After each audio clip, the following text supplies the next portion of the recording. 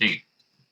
तो अभी तक हम लोग क्या सीख रहे थे कि इलेक्ट्रॉन्स यूजुअली क्या करता है, न्यूक्लियस के अराउंड घूमते रहते हैं। मतलब 10th स्टैंडर्ड तक आप लोग ने यही पढ़ा था कि इलेक्ट्रॉन न्यूक्लियस के अराउंड घूमते रहता है इन अ फिक्स्ड सर्कुलर ऑर्बिट। अभी हाइजेनबर्ग और स्क्रॉडिंगर इक्वेशन से हम लोग को क्या, पहली चीज हम लोग को डी ब्रॉगली इक्वेशन से क्या मालूम पड़ा कि इलेक्ट्रॉन एक पार्टिकल और एक वेव जैसा मूव होता है एक साथ। तो इससे हम लोग को क्या मालूम पड़ा, इससे हम लोग को ये मालूम पड़ा कि इलेक्ट्रॉन फिक्स्ड ऑर्बिट में नहीं घूमता है। तो इलेक्ट्रॉन कैसे घूमता है, इलेक्ट्रॉन एक वेव के फॉर्म में घूमता है। अभी जिसके कारण हम लोग इलेक्ट्रॉन का अगर पोजीशन अगर डिसाइड कर पाया तो उसका वेलोसिटी ढूंढ नहीं पाते, अगर वेलोसिटी ढूंढ पाया तो पोजीशन नहीं ढूंढ पाते। ये हाइजेनबर्ग अनसर्टेनिटी हो गया कि एक इलेक्ट्रॉन का वेलोसिटी और पोजीशन ढूंढना इज टोटली इम्पॉसिबल। तो इसके लिए हम लोग क्या करते, हम लोग स्क्रॉडिंगर्स इक्वेशन यूज करते। स्क्रॉडिंगर्स इक्वेशन बेसिकली क्या है, पूरा प्रोबेबिलिटी का ग्राफ है। ओके, पूरा जो है पूरा हम लोग को प्रोबेबिलिटी का वैल्यूज बता रहा है। तो अभी प्रोबेबिलिटी का वैल्यूज बता रहा है, इसका मतलब क्या, जैसे कि हम लोग ने वो दिन देखा था कि अगर n ऑड रहेगा तो हम लोग क्या बनाते, कॉस का ग्राफ बनाते। मतलब यहाँ पे आधा नोड रहेगा और यहाँ पे आधा नोड रहेगा। ये नोड सब क्या है ये हम लोग बाद में समझेंगे। एक आपको समझ रहा है कि सबसे ज्यादा इलेक्ट्रॉन मिलने का प्रोबेबिलिटी कहाँ पे, सेंटर पे। यहाँ पे प्रोबेबिलिटी मिलने का, ये हम लोग यही कंसेप्ट यूज करेंगे आगे। नेक्स्ट हम लोग ने जो देखा था, नेक्स्ट हम लोग ने देखा था जो था n equal to two. n equal to two के लिए हम लोग साइन का ग्राफ यूज करेंगे। तो यहाँ पे आधा आता है और यहाँ पे हाफ आता है। इसका मतलब क्या है, सेंटर में हम लोग को इलेक्ट्रॉन नहीं मिलेगा, लेकिन ये दो पोजिशंस पे the probability of finding the electron is 50-50। यहाँ पे कितना नोड है जरा चेक करो, 1 2 3 4। तो यहाँ पे इलेक्ट्रॉन मिलने का प्रोबेबिलिटी कितना है, 25%। वैसे ही अगर 3 नोड रहेगा तो प्रोबेबिलिटी कितना रहेगा, 33.33%। 6 नोड रहेगा तो 16.66%। Means probability distribution. अभी आपको वो सब नहीं है, अभी आपको ये नोड का कंसेप्ट और ये यूज कैसे करते वो आप लोग अभी सीखेंगे। तो अभी हम लोग सबसे फर्स्ट जो चीज है वो है हम लोग क्वांटम नंबर सीखेंगे। अभी ये क्वांटम नंबर्स इंपॉर्टेंट क्यों है ये पहले आपको समझाता हूँ। देखो अभी आप लोग क्या करें, देखो आप लोग ने लास्ट ईयर भी सीखा था, इलेक्ट्रॉनिक कॉन्फ़िगरेशन सीखा था, राइट। इलेक्ट्रॉनिक कॉन्फ़िगरेशन सीखा था कि मतलब कैसा रहता है, के एल एम एन ऐसा कुछ शेल्स लेता है, तुम लोग सुना रहेगा इसके बारे में। फिर इसके बाद हम लोग ने क्या सीखा था कि इनर मोस्ट शेल में कितना रहता है, 2। उसके बाद आता है 8। फिर कितना आता है, 18। 18 और नेक्स्ट आता है 32। ये एक ऑर्डर है, ये हम लोग मतलब आगे आगे जैसे सॉल्व करेंगे तभी आपको समझेगा ये ऑर्डर आता है कैसे। अभी के लिए बस समझो कि ये हम लोग ने मतलब 10th के टाइम पे अराउंड किया था, कुछ तो इसके रिलेटेड किया था। तो हम लोग अभी फिलहाल तो पहले सीखेंगे क्वांटम नंबर्स। तो जो क्वांटम नंबर्स है, ये क्वांटम नंबर्स कितने हैं, 3 क्वांटम नंबर्स है। सबसे फर्स्ट जो क्वांटम नंबर है, सबसे फर्स्ट क्वांटम नंबर क्या है, principal quantum number.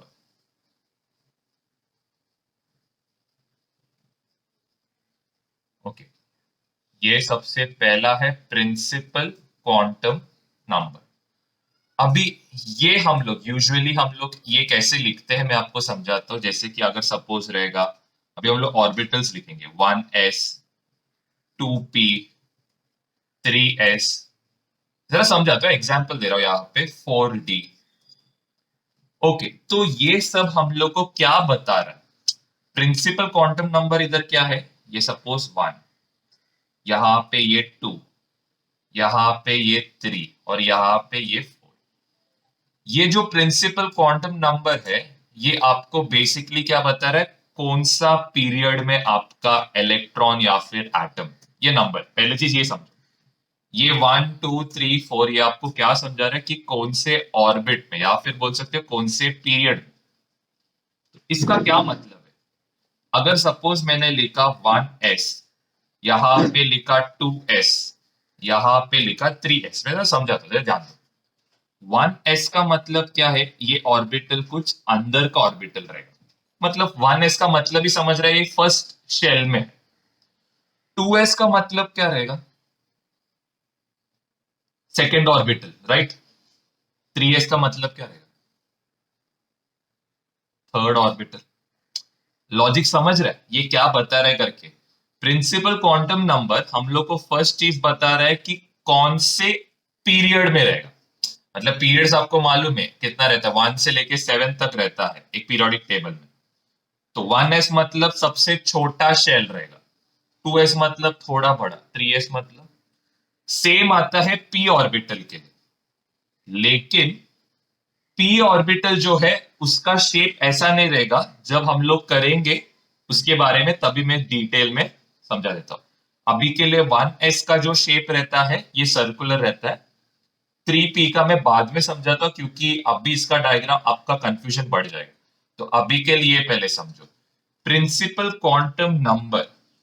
Principal quantum number हम लोग को फर्स्ट चीज क्या बता रहा है? साइज के बारे में बता रहा है, साइज ऑफ द ऑर्बिटल। और नेक्स्ट चीज हम लोग को क्या बता रहा है? पीरियड नंबर बता रहा है कि कौन से पीरियड में है। और यहां पे आप लिखो, ये इसके बाद ये बनाना 3s is greater than 2s is greater than 1s। और यहां पे लिखो as principal quantum number increases. ये याद रखो, स्टेटमेंट बस याद रखो, मैं इसका डायग्राम बाद में समझा। Principal quantum number increases, size of orbital increases।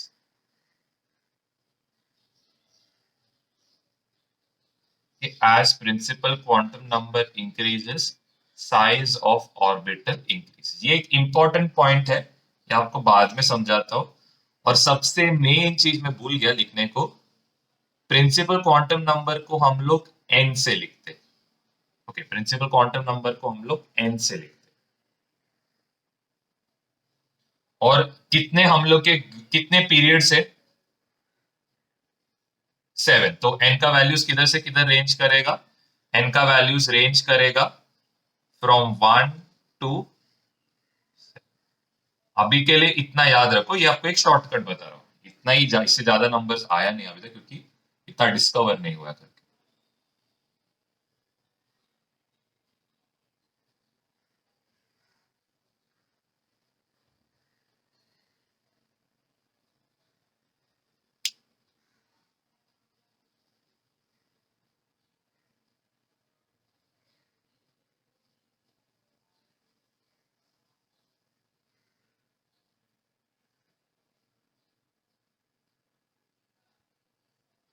Okay,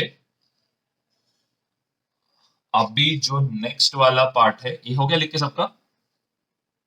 चलिए, अभी जो सेकंड जो क्वांटम नंबर है ये है एजिम्यूथल क्वांटम नंबर।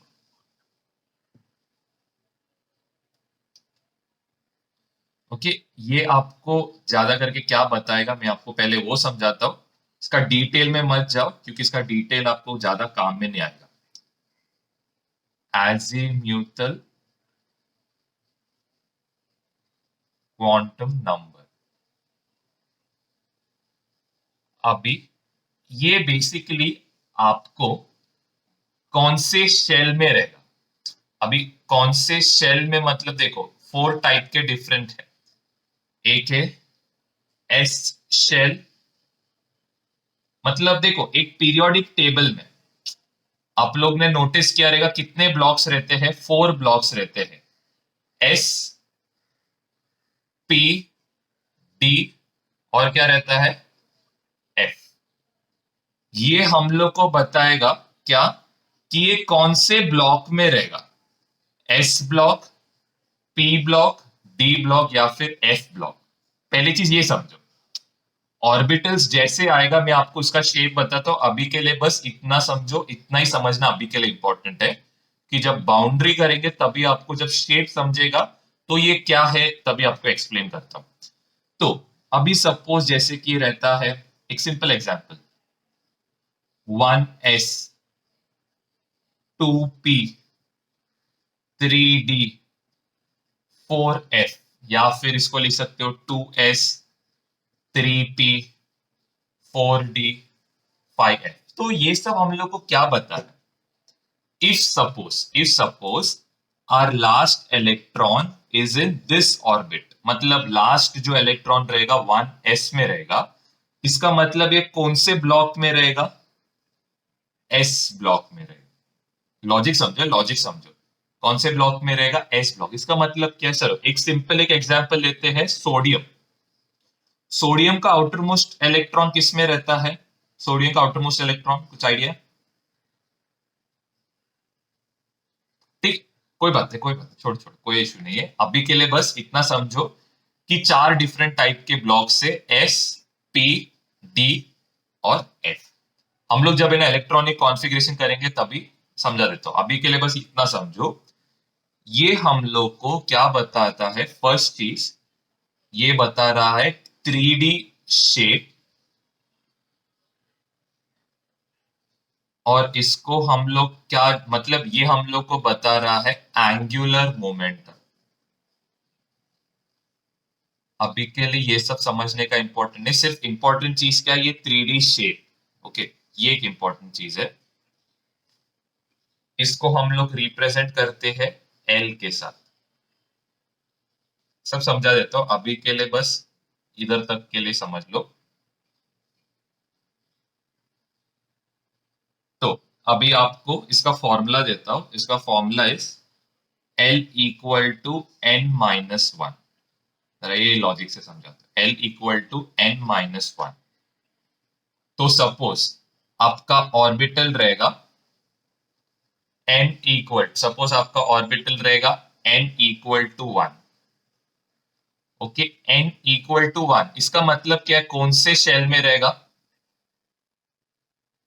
कौन सा पीरियड, कौन सा पीरियड में रहेगा? कौन से पीरियड में रहेगा? फर्स्ट पीरियड में रहेगा ये। ओके, फर्स्ट लॉजिक समझा? ये किस में रहेगा? फर्स्ट पीरियड में रहेगा। भी फॉर्मूला में अप्लाई करो, एल इक्वल टू क्या रहेगा? One minus one equal to क्या आएगा? जीरो। इसका मतलब आपके जो फर्स्ट पीरियड में जो भी इलेक्ट्रॉन रहेगा, एक सेकंड है, एक सेकंड, म्यूट कर रहा है। आपके फर्स्ट पीरियड में जो भी रहेगा, ये शेल कौन सा रहेगा? 1s रहेगा। ओके, क्या रहेगा? 1s। हाइड्रोजन को देखो, अभी सिंपल में समझाता हूं। हाइड्रोजन का क्या रहेगा? 1s1 रहेगा। हीलियम, हीलियम जो सबसे कोने में है, इसका इलेक्ट्रॉनिक कॉन्फ़िगरेशन क्या रहेगा? 1s2।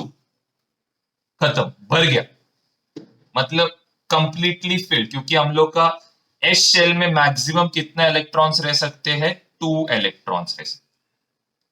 2 इलेक्ट्रॉन्स याद है ना?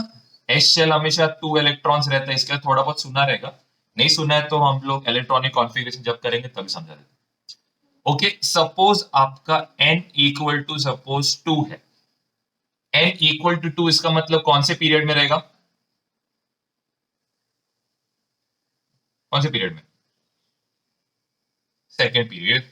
हाँ, ओके, सेकेंड पीरियड में रहेगा। अभी इसका मतलब एल का वैल्यूज क्या क्या रहेगा? एक एल का वैल्यू रहेगा 2 - 1 इक्वल टू 0। 2 - 1 इक्वल टू 1 आएगा, मेरा गलती हुआ। तो यहां पे एक क्या आएगा? p ऑर्बिटल आएगा, लेकिन उसका वैल्यू क्या रहेगा? 2।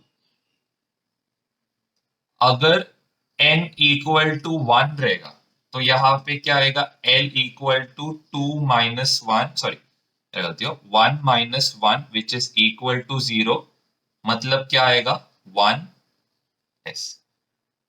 ओके, मेरा गलती हो यहाँ पे, इसका मतलब क्या है, जीरो का मतलब क्या है, जीरो का मतलब इज s, p का मतलब क्या है, p का मतलब है 1। एक और एग्जांपल दो, टेंशन मत लो, एक और एग्जांपल देता हूं, देखो यहाँ पे ध्यान दो, ये लिख लो, पहले ये लिख लो।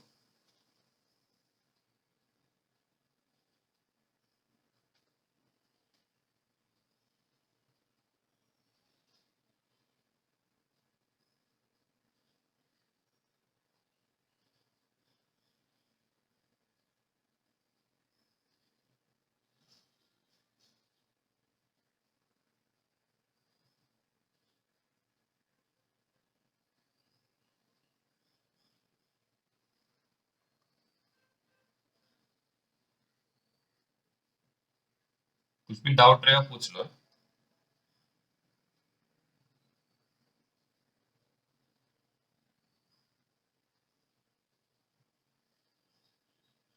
आपको सिर्फ यहाँ पे 3 तक की वैल्यू से, उससे ज्यादा नहीं है।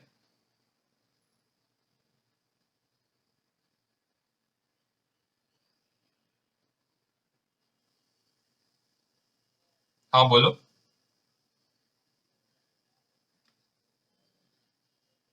हाँ 1s2, 1s2 का मतलब क्या है, हम लोग इलेक्ट्रॉनिक कॉन्फ़िगरेशन को ऐसे लिखेंगे, ये 2 का मतलब क्या है, नंबर ऑफ इलेक्ट्रॉन्स जो फील्ड है, ये 1 का मतलब क्या है, यहाँ पे कितना इलेक्ट्रॉन है, सिर्फ एक ही इलेक्ट्रॉन है।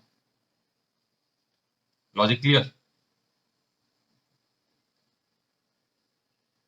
फर्स्ट शेल ऐसे समझो अभी के लिए, क्योंकि अभी तक आप लोग ने डिटेल में नहीं किया है ना, इसके लिए मैं सिर्फ ऊपर ऊपर से समझा रहा हूँ कि ये यूज कैसे करते हैं, बस उतना समझा रहा हूँ और कुछ नहीं। अभी हम लोग n इक्वल टू 3 के लिए देखेंगे, ठीक है। यहाँ पे एक आपको एक एग्जांपल देता हूं, सपोज एग्जांपल इज लिथियम। तो लिथियम का इनर मोस्ट शेल तो क्या रहेगा, फील्ड रहेगा, तो 1s2 आएगा।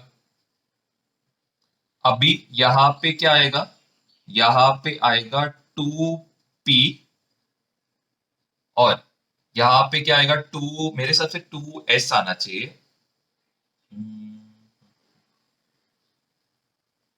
ठीक, ये हम लोग बाद में देख लेंगे, कोई टेंशन नहीं, जिसको बाद में देख लेंगे। चलो अभी हम लोग नेक्स्ट जो करेंगे,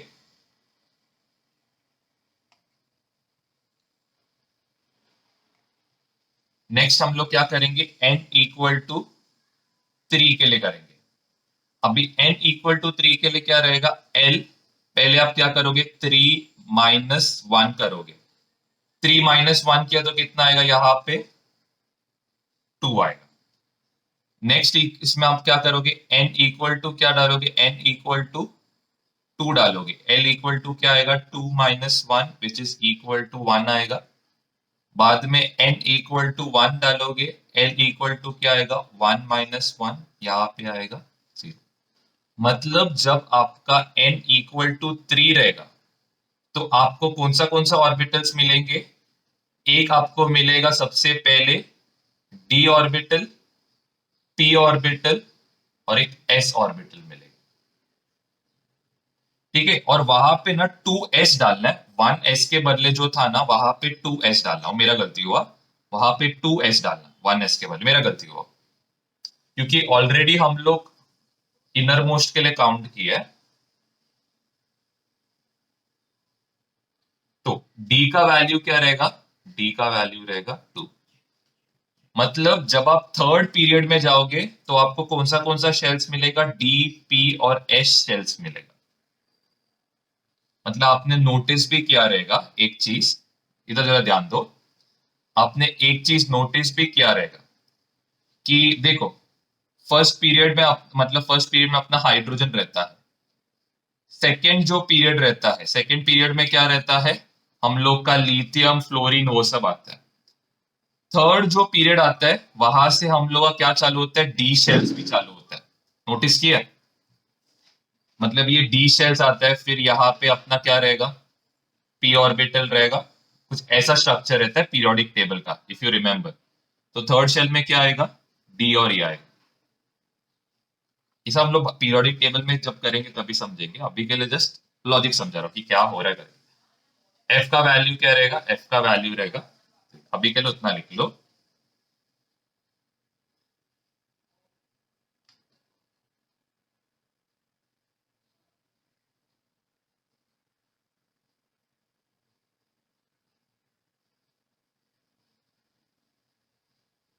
अभी नेक्स्ट आता है सी के लिए। तो सी के लिए क्या रहेगा, मतलब थर्ड जो क्वांटम नंबर रहेगा, थर्ड जो क्वांटम नंबर है ये है magnetic orbital quantum number.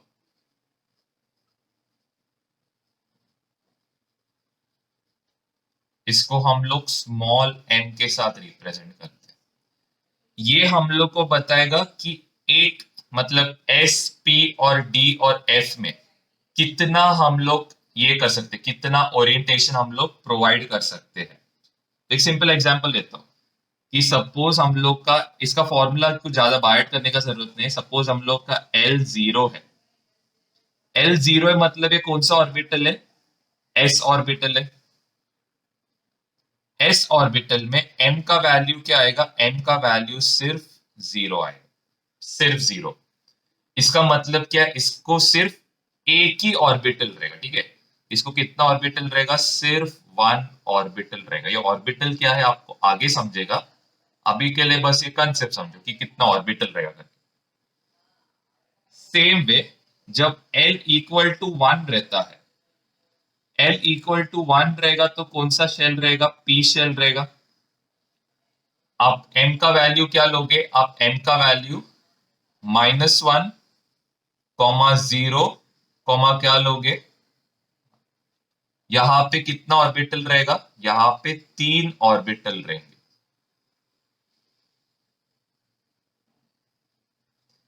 Same way जब आपका l इक्वल टू टू रहेगा तो कौन सा ऑर्बिटल आएगा, d ऑर्बिटल आएगा।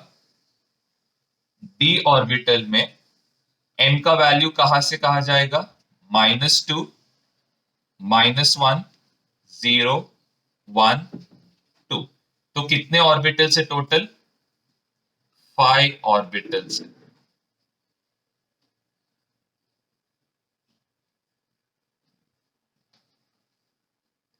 ऑर्बिटल्स क्या है ये भी आपको थोड़ी देर बाद समझे, इसके बाद का जो है वो आपको समझेगा कि ऑर्बिटल्स क्या करके। हाँ बोल। हाँ, पी में देखो, पी में क्या है वैल्यू, वन है ना। तो इसका वैल्यूज कहां से रेंज करेगा, -1 से 1 तक रेंज करेगा। मतलब -1, -1 और एक एक +1, -1 से लेके कहां तक जाएगा, +1। अगर 2 रहेगा तो कहां से चालू होएगा, -2 से कहां तक जाएगा, 2। लास्ट आता है l equal to three. L equal to three मतलब क्या रहेगा, एफ। आपको एफ आता नहीं है एग्जाम में, तो एम इक्वल टू क्या रहेगा, एम इक्वल टू -3, -2, -1, 0, 1, 2 और 3। कितना ऑर्बिटल से टोटल, 7 ऑर्बिटल। ये एक याद रखो। क्योंकि देखो ना हम लोग के जो पीरियोडिक टेबल में उतना एलिमेंट्स डिस्कवर्ड नहीं है ना। हाँ, ज्यादा से ज्यादा कितना ब्लॉक्स है, एस पी डी और एफ ब्लॉक्स तक ही है ना, एफ तक, इसीलिए। जीरो मतलब एस, थ्री मतलब एफ। अभी के लिए बस ये लॉजिक बस समझ लो कि देखो, और एक चीज मेरे को इधर समझाना है कि एक ऑर्बिटल, ओके, वन ऑर्बिटल में कितना रहता है, वन ऑर्बिटल में रहता है कितना इलेक्ट्रॉन्स, वन ऑर्बिटल में रहेगा सिर्फ 2 इलेक्ट्रॉन्स। मतलब एक इलेक्ट्रॉन में सिर्फ, मतलब एक ऑर्बिटल में सिर्फ दो ही इलेक्ट्रॉन भर सकते हैं। इसका लॉजिक क्या है कि जो एस रहेगा, एस में मैक्सिमम हम कितना भर सकते हैं इलेक्ट्रॉन्स, दो इलेक्ट्रॉन्स। पी में हम मैक्सिमम कितना भर सकते हैं, नहीं 8 नहीं रहेगा, सोचो। एक ऑर्बिटल में दो, तो तीन ऑर्बिटल में कितना रहेगा, 6 रहेगा। डी में कितना भर सकते हैं, 10, और एफ में 14 इलेक्ट्रॉन्स। तो जरा समझो है, ये बहुत इंपॉर्टेंट है, इसके लिए बोल रहा हूं। मतलब F में हम लोग मैक्सिमम कितना भर सकते हैं 14। डी में हम लोग मैक्सिमम कितना भर सकते हैं 10। तो ये सब आपको पीरियोडिक टेबल के हिसाब से बता रहा हूं। पी में हम लोग मैक्सिमम कितना भर सकते हैं 6। एस में हम लोग मैक्सिमम कितना भर सकते हैं 2। अभी ये लॉजिक जरा समझो है, ये आपको बहुत इंटरेस्टिंग लगेगा अगर आपको पीरियोडिक टेबल का थोड़ा भी नॉलेज रहेगा तो देखो, एस ब्लॉक, एस ब्लॉक में कितना ग्रुप्स रहता है? 2। ओके, तो ये सिर्फ आएगा कौन सा? फर्स्ट दो शेल। लॉजिक क्लियर है? कितना? सिर्फ दो ही ग्रुप्स आता है एस में। नेक्स्ट हम लोग देखते हैं पी में। पी चालू कहां से होता है? 13 से, जाता है किधर तक? 18 तक। ओके, चेक करो, 13, 14, 15, 16, 17, 18, टोटल कितना आ रहा है? 6।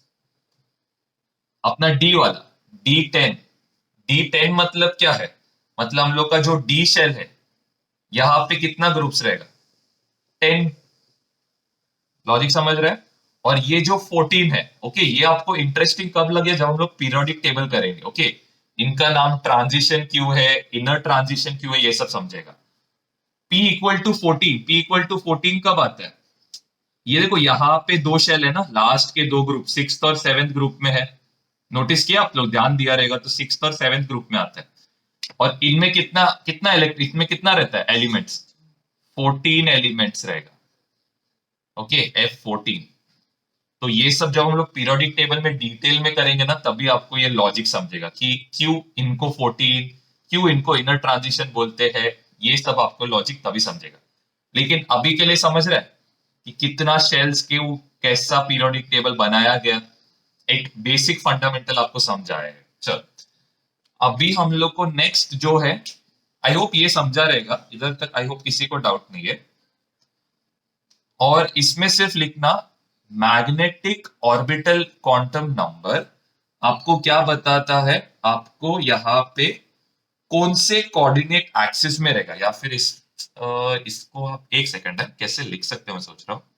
मैग्नेटिक ऑर्बिटल क्वांटम नंबर क्या बताए? Coordinate axis. इसमें चलेगा, छोड़, जब ड्राइंग बनाएंगे तभी ये एग्जैक्टली क्या है, क्योंकि अभी आपको बोलेगा ना कंफ्यूजन बढ़ जाएगा इसके लिए। तो अभी हम लोग सबसे लास्ट का करेंगे, और ये रहेगा इलेक्ट्रॉन स्पिन। बहुत सिंपल है, ये आपको जरा समझना पड़ेगा। इलेक्ट्रॉन स्पिन ये एक्चुअली कोई क्वांटम नंबर में नहीं आता है, ये आपको एक ऑर्बिटल में इलेक्ट्रॉन का स्पिन क्या रहता है उसका मतलब समझाता है। तो इसको आप लोग डी लिख सकते हो या फिर स्टार मार्क करो, बस उतना ही, स्टार मार्क करो। Electron spin. तो इलेक्ट्रॉन के दो टाइप के स्पिन होते हैं, इधर ध्यान दो, इधर ध्यान दो। इलेक्ट्रॉन के दो टाइप के स्पिन होते हैं। सपोज ये इलेक्ट्रॉन है और ये भी एक इलेक्ट्रॉन, ओके। ये इलेक्ट्रॉन सपोज ये साइड घूमेगा, ओके, सपोज ये साइड घूमा, तो ये इलेक्ट्रॉन का स्पिन क्या रहेगा? ये इलेक्ट्रॉन का स्पिन कुछ ऑपोजिट डायरेक्शन में। तो ये सपोज घूम रहा है एंटी क्लॉकवाइज, ओके, ये सपोज घूम रहा है एंटी क्लॉकवाइज, ये कैसे घूमेगा? क्लॉकवाइज। हमेशा याद रखो कि जब आप एक ऑर्बिटल, ठीक है, एक ऑर्बिटल को आप कैसे बताते हो? एक बॉक्स में बताते हो, ओके। एक ऑर्बिटल को हमेशा एक बॉक्स में बताते हो। इसमें जब इसमें कितना मैक्सिमम इलेक्ट्रॉन्स फिल कर सकते? हेलो आर्यन, कितना इलेक्ट्रॉन्स फिल कर सकते इसमें? किधर ध्यान, किधर है? किधर, उधर किधर है? हाँ, यहाँ पे मैक्सिमम कितना इलेक्ट्रॉन्स भर सकते हैं हम लोग? 2 इलेक्ट्रॉन्स भर सकते हैं। तो देखो, ये जो एंटी क्लॉकवाइज है इसको हम लोग एक ऐसे ऊपर के एरो से बताते हैं, और ये जो क्लॉकवाइज है उसको कैसे बताते हैं? नीचे के एरो से। तो आपको सपोज एक ऑर्बिटल में इलेक्ट्रॉन भरना है, एक जो इलेक्ट्रॉन रहेगा उसका क्या रहेगा? एंटी क्लॉकवाइज डायरेक्शन रहेगा। दूसरा जो इलेक्ट्रॉन रहेगा उसका डायरेक्शन क्या रहेगा? एक ऑर्बिटल में आप ऐसे नहीं भर सकते हो, मतलब दोनों ऐसे नहीं भर सकते हो, ये गलत है। तो आप जब भरते हो एक इलेक्ट्रॉन क्लॉकवाइज एक इलेक्ट्रॉन एंटी क्लॉक, आप ऐसे भी नहीं भर सकते, ये भी गलत है। आप ये कर सकते हो, मतलब एक इलेक्ट्रॉन रख सकते हो, ये कोई प्रॉब्लम नहीं, एक इलेक्ट्रॉन रखना is not an issue. But always it, अगर दो इलेक्ट्रॉन भर रहे हो तो एक का क्लॉकवाइज एक का एंटी क्लॉकवाइज। रीजन क्या है? Reason is both the charges should balance each other out. मतलब अगर ये पॉजिटिव है तो ये क्या रहेगा? नेगेटिव। ये दोनों एक दूसरे को क्या करना चाहिए? कैंसिल आउट करना चाहिए। अगर दोनों का स्पिन अगर सेम रहेगा, अगर दोनों का स्पिन सेम रहेगा तो क्या होएगा? पॉजिटिव पॉजिटिव आएगा। तो मतलब क्या होएगा? एक चीज समझो कि एक एटम न्यूट्रल नहीं रहेगा, एक एटम को क्या आएगा? एक पॉजिटिव चार्ज। तो ये बस याद रखना, दोनों क्या आना चाहिए? ऑपोजिट चार्जेस, और ये ऑपोजिट चार्जेस एक दूसरे को क्या करेंगे? न्यूट्रलाइज कर देंगे। ये बस था एक इंपॉर्टेंट चीज, उतना ही था। अभी हम लोग एक्चुअल में, हाँ बोलो क्या हो गया?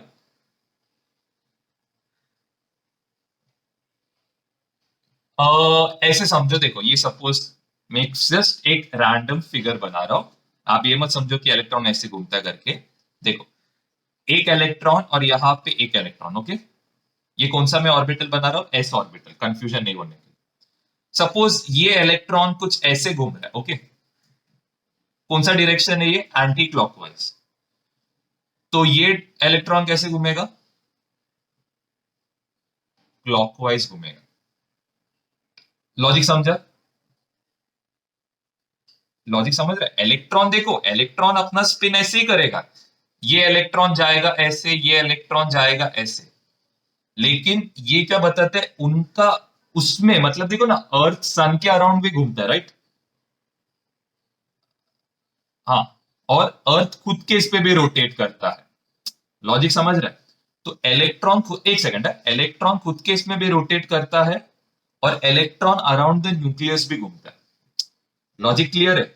ये इलेक्ट्रॉन स्पिन क्या बताते हैं? इलेक्ट्रॉन का खुद का रोटेशन, मतलब अर्थ का जो 24 आवर का रोटेशन है वो समझो। समझा? हाँ बोलो स्मिथ, क्या था?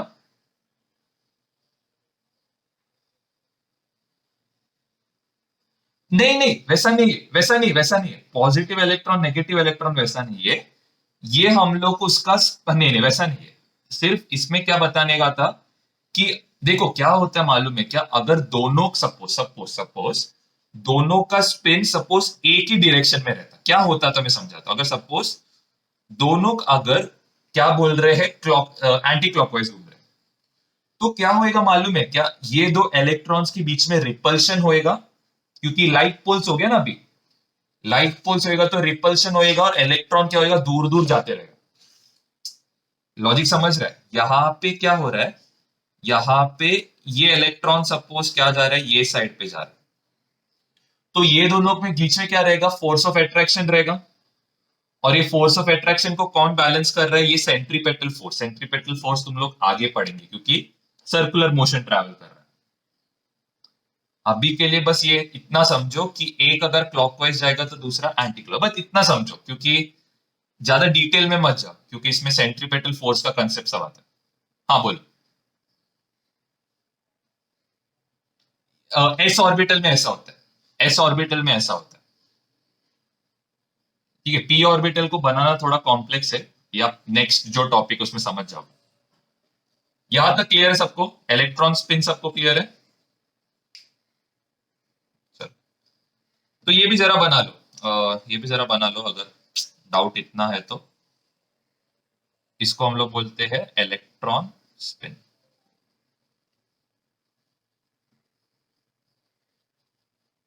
अगर डाउट रहेगा तो ये बना लो। मतलब अर्थ का जो रोटेशन अपने पे होता है 24 आवर्स का, वो बस लॉजिक समझो। अभी हम लोग करेंगे बाउंड्री सरफेस। लेकिन मैं सोच रहा हूँ बाउंड्री सरफेस करने के पहले एक दो जरा, जरा एक बार गो थ्रू करो, गो थ्रू करो। लेक्चर वैसे भी एंड होएगा अभी, तो गो थ्रू करो पूरा। वापस ज्वाइन करना है, सेम लिंक से ज्वाइन करना।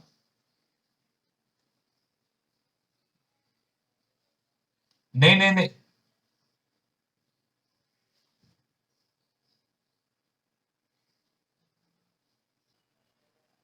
फर्स्ट डे, अरे फर्स्ट डे होमवर्क नहीं किया, दीपक ने भी नहीं किया।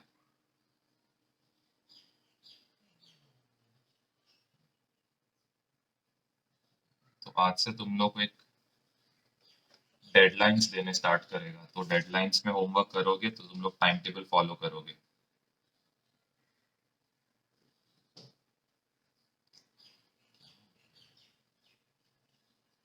आर्यन क्यों नहीं आ रहा? चल, अभी देखो यहाँ पे ध्यान दो सब लोग। पहले आप एल ढूंढोगे। एल कैसे ढूंढोगे? पहला एल का वैल्यू सपोज, एन का वैल्यू सपोज 3 डाला, एन का वैल्यू सपोज 3 डाला, तो एल का वैल्यू क्या आएगा? 3 - 1 इक्वल टू 2। 2 मतलब कौन सा ऑर्बिटल रहेगा? डी ऑर्बिटल रहेगा। फिर नेक्स्ट आप क्या करोगे? L equal sorry n equal to 2 लोगे। एल इक्वल टू क्या होएगा? 2 - 1 विच इज इक्वल टू 1। 1 का मतलब क्या है? इसमें कितना रहेगा? ये कौन सा रहेगा? पी रहेगा। N equal to 1, n equal to 1 में क्या होएगा? L equal to 1 - 1 which is equal to 0। And ये कौन सा ऑर्बिटल रहेगा? एस ऑर्बिटल रहेगा। चलो यहां तक सबको लॉजिक समझा। तो हम लोग ने क्या ढूंढा? डिफरेंट वैल्यूज ऑफ एल ढूंढा। ओके, एन यूज करके हम लोग ने डिफरेंट वैल्यूज ऑफ एल ढूंढा। अभी हम लोग क्या करेंगे? यहां से हम लोग एल का डिफरेंट वैल्यू सब्स्टिट्यूट करके एम ढूंढेंगे। तो एल का वैल्यू क्या है? 0। एम क्या आएगा? इसका मतलब क्या है? एस में कितना ऑर्बिटल है? एस में सिर्फ एस में सिर्फ कितना ऑर्बिटल है? 1 ऑर्बिटल है। तो कितना इलेक्ट्रॉन्स रहेंगे यहाँ पे? चेक करो, 2 इलेक्ट्रॉन्स। हाँ, अभी नेक्स्ट हम लोग देखेंगे पी। एल इक्वल टू क्या आएगा? 1। एम इक्वल टू क्या आएगा? -1 0 1। कितना ऑर्बिटल्स है यहाँ पे?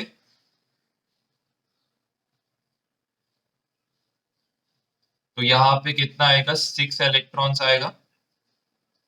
नेक्स्ट आता है डी। एल इक्वल टू कितना है? एल इक्वल टू आएगा यहाँ पे, चलो चेक करते हैं। एल इक्वल टू क्या आएगा? 2 आएगा। M equal to -2 -1 0 1 2। कितना ऑर्बिटल्स है यहाँ पे? 5 ऑर्बिटल्स।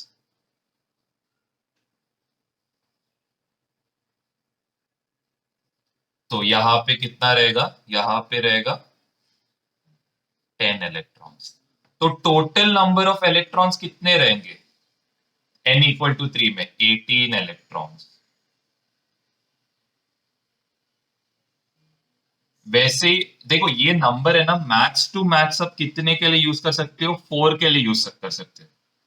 क्यों? क्योंकि एल का वैल्यू मैक्सिमम हम लोग कितना ले सकते हैं? 3 ले सकते हैं।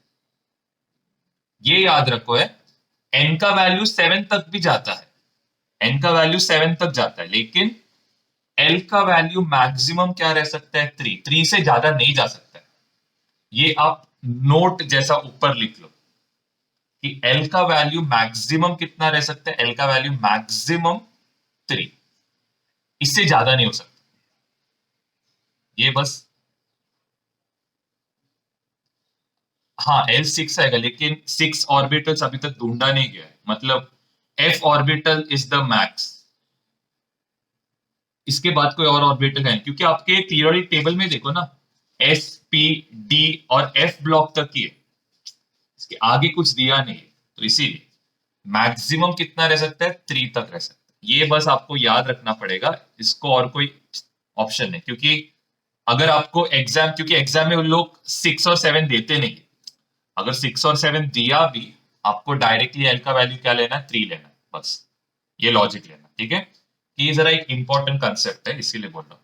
चलो n इक्वल टू 4 के लिए वैसे ट्राई करो और मेरे को बताओ कितने इलेक्ट्रॉन्स रह सकते हैं।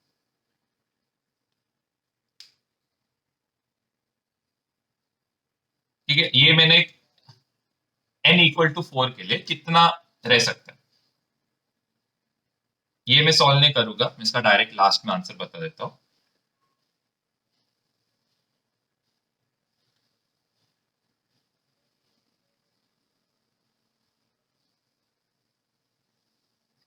जब ऑफ बॉ प्रिंसिपल करेंगे तभी और डिटेल में समझेगा।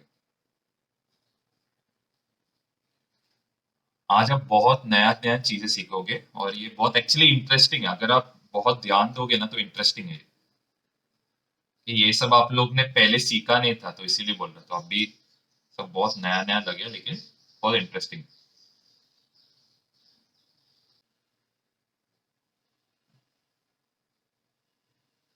चलो आर्यन आ गया, मैं आर्यन के लिए समझाता हूँ।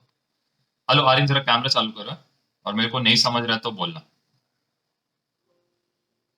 हाँ, यहाँ पे n इक्वल टू क्या है 4, आपको ढूंढना क्या है, नंबर ऑफ ऑर्बिटल्स ढूंढना है। तो फर्स्ट चीज आप क्या करोगे, पहले n से आप क्या ढूंढोगे, अज़ीमुथल क्वांटम नंबर ढूंढो n से l। फिर l के बाद आप क्या ढूंढोगे, m ढूंढोगे, magnetic quantum number. n equal to क्या है 4 है, n इक्वल टू क्या है 4। तो हम लोग को मालूम है जब n 4 रहेगा l क्या रहेगा, 4 - 1 विच इज इक्वल टू 3। और ये 3 का मतलब क्या है, कौन सा ऑर्बिटल रहेगा, D orbital, sorry F orbital, मेरा गलती हो, एफ ऑर्बिटल, एफ ऑर्बिटल। फिर यहां पे ध्यान देना, n इक्वल टू 3, तो l equal to 3 - 1 2 which is कौन सा ऑर्बिटल, डी ऑर्बिटल। फिर आप क्या करोगे, n इक्वल टू 2 लोगे, l इक्वल टू क्या आएगा, 2 - 1 विच इज 1, एंड ये कौन सा ऑर्बिटल आएगा, p ऑर्बिटल आएगा। n equal to 1, l equal to क्या होएगा, 1 - 1 विच इज 0, एंड कौन सा ऑर्बिटल आएगा, s ऑर्बिटल आएगा। यहां तक क्लियर है। हाँ, अभी आप क्या करोगे, ये आपने जो L ढूंढा उससे आप क्या ढूंढोगे, M ढूंढोगे। तो जब आपका L इक्वल टू 0 रहेगा, M क्या रहेगा, M रहेगा 0। इसका मतलब S जो शेल रहेगा उसमें कितना ऑर्बिटल्स रहेगा, सिर्फ 1 ऑर्बिटल रहेगा। समझ रहे, सिर्फ 0 है ना, इसका मतलब क्या है, सिर्फ 1 ऑर्बिटल है। L इक्वल टू सपोज 1 रहेगा, M क्या रहेगा, -1 0 1, कितना ऑर्बिटल हो गया, कौन से के लिए, P के लिए। L सपोज कितना है, L सपोज 2 है, तो इधर क्या आएगा, D आएगा। D आने का मतलब क्या है, n का वैल्यू क्या रहेगा, -2 -1 0 1 2, कितना ऑर्बिटल, 5 ऑर्बिटल। और F के लिए कितना रहेगा, 7 ऑर्बिटल। मेरे पास इधर जगह नहीं, इसके लिए नहीं लिख रहा हूं।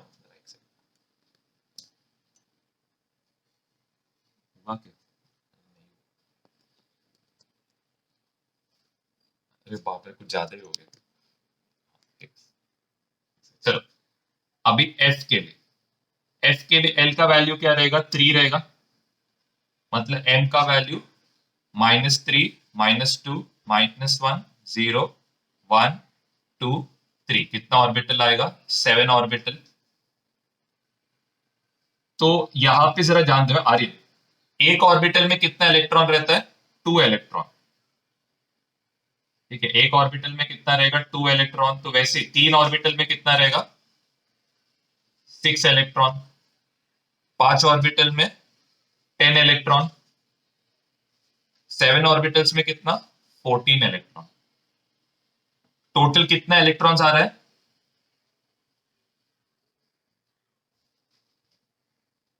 32 इलेक्ट्रॉन्स।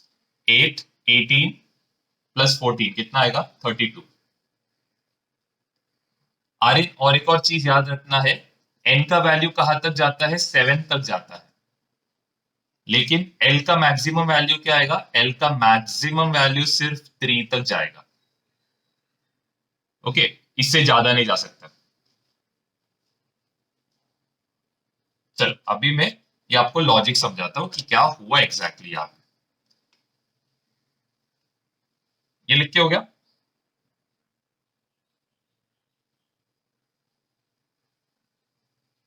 हुआ लिख के सबका। अभी मैं देखो, जब अपना n इक्वल टू 3 था, n इक्वल टू 3 था मतलब कितना था, कितना एलिमेंट्स था? पहला चीज 18 इलेक्ट्रॉन्स था। 18 इलेक्ट्रॉन से मतलब कितना एलिमेंट्स रहेगा? हाँ, तो ये कैसे बना है ये आपको समझाता हूं। स्टार्टिंग का दो s एलिमेंट्स, फिर 10 d elements, 6 p elements, total कितना हो गया? 18 एलिमेंट्स हुए। अभी अपना n इक्वल टू 4 आया। n इक्वल टू 4 आया, इसका मतलब क्या आएगा? कितना एलिमेंट्स? 32 एलिमेंट्स। इसका मतलब क्या रहेगा यहां पे? 2s, 10d, 6p, कितना हो गया? सिर्फ 18 हुआ। हाँ, अभी यहां पे क्या होएगा? यहां पे आता है इनर ट्रांजिशन एलिमेंट्स, तो ये कितना इलेक्ट्रॉन्स रहेगा? 14f।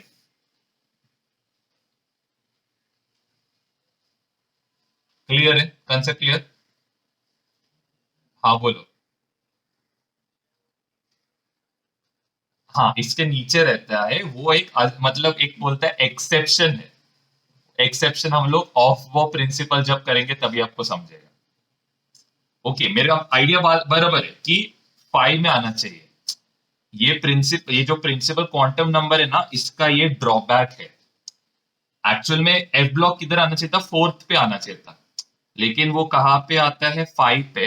ये हम लोग जब ऑफ बॉ प्रिंसिपल करेंगे तभी आपको समझेगा। लेकिन अभी के लिए कॉमन लॉजिक क्या है कि 32 एलिमेंट्स को आप कैसे भरोगे? यहाँ पे 2s, 10d, 6p, और ये जो 14 इलेक्ट्रॉन्स कहाँ पे आना चाहिए था? अभी तक क्लियर है ना? अभी जब हम लोग ये करेंगे ऑफ बॉ प्रिंसिपल जब करेंगे, तो ये जो प्रॉब्लम आ रहा था कि क्या एफ ब्लॉक को फोर्थ में प्लेस करना है कि फिफ्थ में कि सिक्स्थ में, ये हम लोग को क्लियर हो जाएगा। वो एनर्जी स्टेट सब है, वो ठीक है, वो टेंशन समझ जाएगा। अभी के लिए ये इसका ड्रॉबैक है, ठीक है। तो अभी आपका नेक्स्ट जो क्वेश्चन है, इसमें आपको आइडेंटिफाई करना है कि कौन सा ऑर्बिटल है करके। जैसे कि मैं एक एग्जांपल देता हूं, n equal to 1, l equal to 2, तो कौन l इक्वल टू 2 ऐसा हो ही नहीं सकता है ये। हाँ, तो ये कौन सा ऑर्बिटल रहेगा? 3d orbital. ये 3 बता रहा है, ये 2 मतलब कौन सा ऑर्बिटल? d orbital. तो वैसे आपको ट्राई करना है।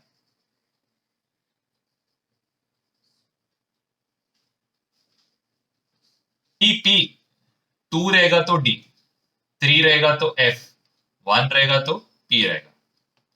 हाँ, ब्लांच क्या आएगा? अरे नहीं पता, नहीं, नॉट पॉसिबल है। L5 आ सकता है क्या? मैं लिखा ना वहां पे, नहीं आ सकता ना। एल का मैक्सिमम वैल्यू कितना रह सकता है? 3 रह सकता है, मैं लिख के भी दिया था। ये स्मिथ, इसका क्या आएगा? 3। Very good. तो अभी हम लोग जाते हैं मतलब सबसे इंपॉर्टेंट टॉपिक्स पे। तो यहां तक हम लोग को जस्ट थोड़ा बेसिक ऊपर ऊपर से समझ रहा था। अभी हम लोग को सबसे इंपॉर्टेंट, तो हम लोग ये सबका एप्लीकेशन अभी यूज करेंगे। जो भी अभी तक सीखा, स्क्रॉडिंगर्स वेव फंक्शन, फिर उसके बाद हम लोग ये जो है इसका एग्जांपल्स और इसका एप्लीकेशन अभी आएगा, बाउंड्री सरफेस। तो ये बाउंड्री सरफेस क्या है, पहले चीज ये समझो। अभी देखो, स्क्रॉडिंगर इक्वेशन से हम लोग को पहली चीज मैक्सिमम एनर्जीज के बारे में एक आइडिया मिला कि इलेक्ट्रॉन का एनर्जी इसके बाहर नहीं जा सकता, राइट? हेलो आर्य। हाँ, इलेक्ट्रॉन का एनर्जी ये बॉक्स के बाहर नहीं जा सकता है, सबसे इंपॉर्टेंट चीज। तो इससे हम लोग क्या कर सकते हैं, एक बाउंड्री बना सकते हैं, मतलब एक शेल का एक बाउंड्री बना सकते हैं। इसका मतलब क्या है, देखो एक सिंपल आपको एक आइडिया देता हूं कि अगर सपोज मेरे को एस ऑर्बिटल बना, आपको ये शेप के थ्रू आपको समझेगा कि क्या हो रहा है। एस ऑर्बिटल का शेप क्या रहता है, एस ऑर्बिटल का शेप रहता है, पहली चीज एस में, ओके, एस जो शेल रहता है, एस जो शेल रहता है, इसमें कितने ऑर्बिटल्स रहते हैं जरा चेक करो। सिर्फ कितना, वन, और वन ऑर्बिटल रहेगा। तो ये जो वन ऑर्बिटल है, इसका शेप क्या रहेगा, इसका शेप रहेगा एक सर्कल। ये सर्कल क्या बता रहा है, ओके, ये सर्कल क्या बता रहा है, ये सर्कल हम लोग को ये नहीं बता रहे कि इलेक्ट्रॉन इसके अराउंड घूमेगा। ये सर्कल हम लोग को क्या बताएगा, इलेक्ट्रॉन मिलने का प्रोबेबिलिटी। मतलब जो भी अभी हाइजेनबर्ग में क्या है कि मेरे को ऐसा मालूम नहीं इलेक्ट्रॉन कहाँ पे है, लेकिन मैं प्रोबेबिलिटी से बता सकता हूं कि इलेक्ट्रॉन का रहने का चांसेस इसके अंदर ही रहेगा, इसके बाहर आने का chances is very very rare.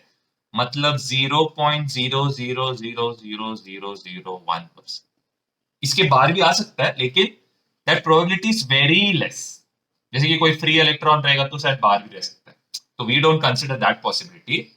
But 99.99999% जो इलेक्ट्रॉन्स रहेंगे वो कहां पे रहेंगे, इसके अंदर, ओके, इसके अंदर, इसके बाहर आने का चांसेस इज नॉट पॉसिबल। तो इसको हम लोग क्या बोलते हैं, इसको हम लोग बोलते हैं बाउंड्री सरफेस। लॉजिक यहां तक क्लियर है सबको, यहां तक क्लियर, ओके। अभी जरा यहाँ पे एक और चीज समझो, बाउंड्री सरफेस सबको क्लियर है। ये हम लोग को क्या बताएगा, ये बताएगा probability of finding electron. Simple logic में, जैसे सिंपल, मैं बुक अगर आपको नोट्स में देखोगे तो नोट्स में मैंने थोड़ा डिटेल में समझाया कि क्या हो रहा है, लेकिन एक सिंपल एक्सप्लेनेशन क्या है, probability of finding an electron. और आप चाहे तो एस शेल का बना भी रख सकते हो, एल एस शेल का रहता है ये वाला, मतलब इसका शेप क्या रहेगा, एक सर्कल रहेगा।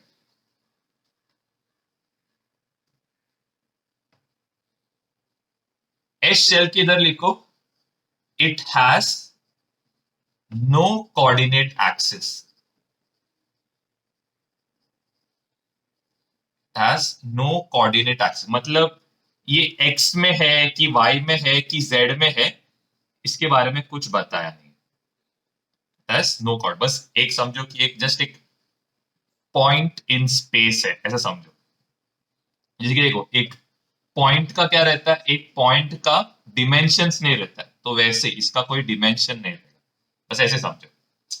इट, या फिर इधर लिख सकते हो इट हैज नो डिमेंशन, लिखो इट हैज नो डिमेंशन, ना लेंथ रहता है, ना एरिया रहेगा, ना वॉल्यूम रहेगा। ऐसे समझो कि ये जस्ट एक डॉट है स्पेस में, एक पॉइंट ऐसे समझो।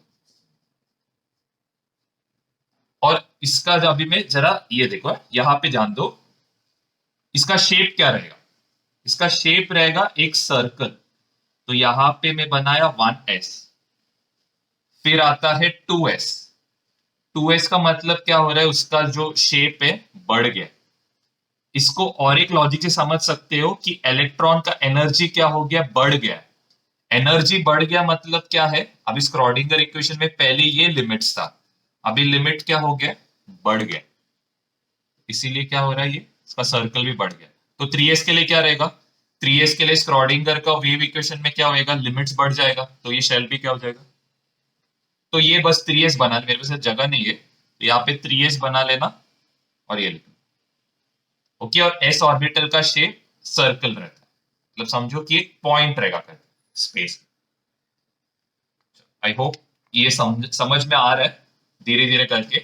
और इसमें कितना इलेक्ट्रॉन्स मैक्सिमम रह सकते हैं,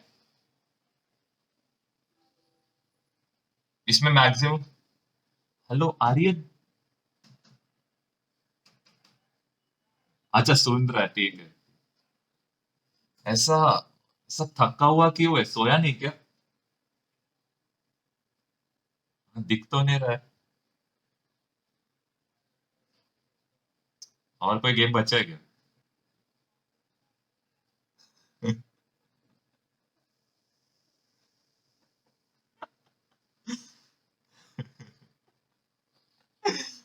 अभी हम लोग का नेक्स्ट आता है पी शेल। अभी कार्तिक, आपका जो डाउट है ना, या थोड़ा बहुत क्लियर हो जाएगा, पूरा आपको आगे क्लियर होगा। देखो, अभी पी ऑर्बिटल, ओके, अभी यहाँ पे इंपॉर्टेंट चीजें चालू होता है कि एस में कुछ ज्यादा नहीं था। पी ऑर्बिटल में कितना, सॉरी, पी शेल में कितना ऑर्बिटल्स रहता है? कितना ऑर्बिटल रहेगा? तीन ऑर्बिटल। तीन ऑर्बिटल, एक -1, 0, और क्या रहेगा? 1 रहेगा। अभी ये जो तीन ऑर्बिटल्स है, इसको हम लोग तीन एक्सिस पे रिप्रेजेंट करते हैं। ये जो तीन ऑर्बिटल, इसको कितने एक्सिस में रिप्रेजेंट करेंगे? तीन एक्सिस में रिप्रेजेंट करेंगे। अब ये तीन एक्सिस मतलब क्या? X axis, y axis. तो आपको इधर क्या बनाना है, ये जरा समझो।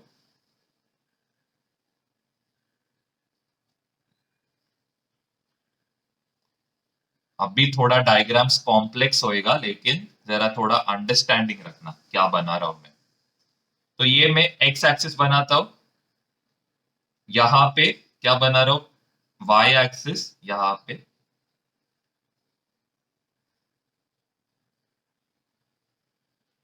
ये वाई एक्सिस समझ लो कि बोर्ड के पीछे जा रहा है, बोर्ड के बाहर आ रहा है, ऐसे समझो।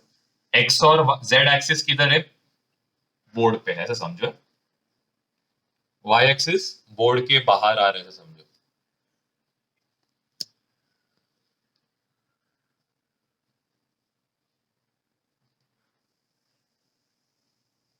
ओके, तो यहां पे जरा ध्यान दो। तो पी शेल तीन ऑर्बिटल है, मतलब क्या आएगा? एक आएगा पी एक्स, दूसरा आएगा पी वाई, तीसरा आएगा पी जेड। अभी यहां पे अगर आपका ध्यान गया रहेगा, तो याद है फर्स्ट इसमें शेल, हाँ छोड़ छोड़, मत मत उस पे मत जाओ। हाँ, पी एक्स का शेप कुछ ऐसे रहेगा, ये देखो। एक लोब रहेगा। लोब का मतलब समझ रहे हैं? मतलब एक ऐसा एक एलिप्टिकल शेप रहेगा। पहले क्या था? सर्कुलर शेप था, यहां पे क्या आ रहा है? एक लोब बन रहा है, लोब। ये शेप को क्या बोलते हैं? लोब बोलते हैं। तो यहाँ पे ये किधर जाएगा? एक साइड जाएगा। तो ये हो गया हम लोग का पी एक्स।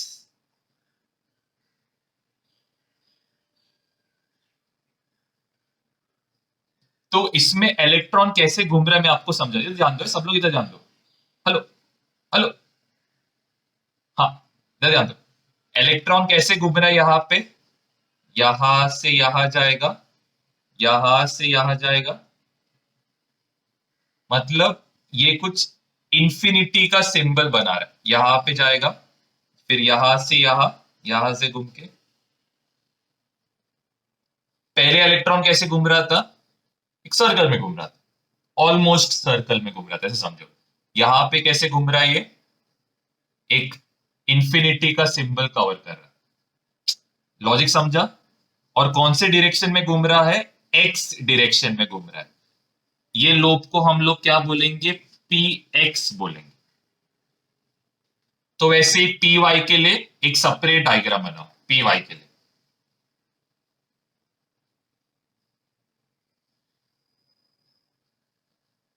लॉजिक समझे, क्योंकि हम लोग का डी ऑर्बिटल बहुत कॉम्प्लेक्स है, इसके लिए बोल रहा हूं। पहले लॉजिक समझो, इजी एक्चुअली, ज्यादा डिफिकल्ट नहीं है। क्या है ये? एक्स, ये है वाई, और ये क्या है? जेड। तो अभी हम लोग को इधर ध्यान दो, सबका ध्यान इधर। पी वाई बनाना है। पी वाई कैसे बनाओगे? यहां से ये किधर जाएगा? वाई पे। यहां से ये ऊपर जाएगा, यहां से ये नीचे। और ये कौन से डायरेक्शन में जाएगा? ये रहेगा हम लोग का वाई डायरेक्शन। नोट डाउन करो, मेरा जो डैश बनाने का स्टाइल है ये देखो है स्लांट है, तो ये आपको बताएगा ये कौन से डायरेक्शन में है, वाई डायरेक्शन। और ये लोब को हम लोग क्या बोलेंगे, P Y.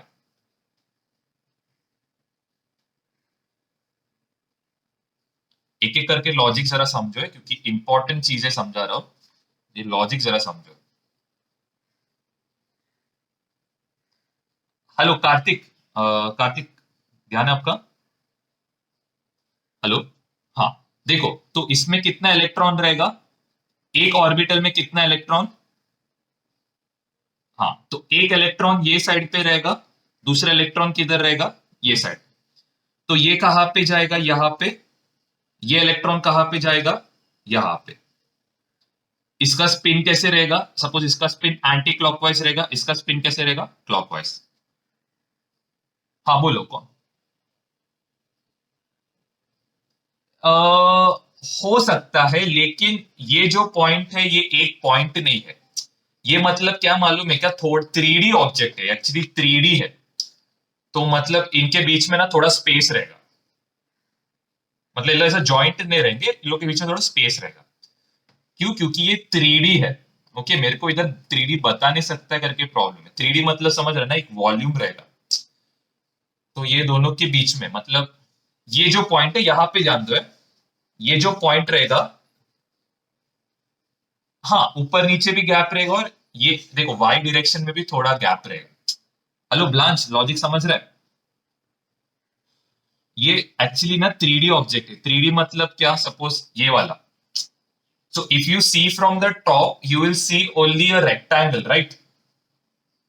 But if you see in a 3D view, you will see that it has a volume also and an area.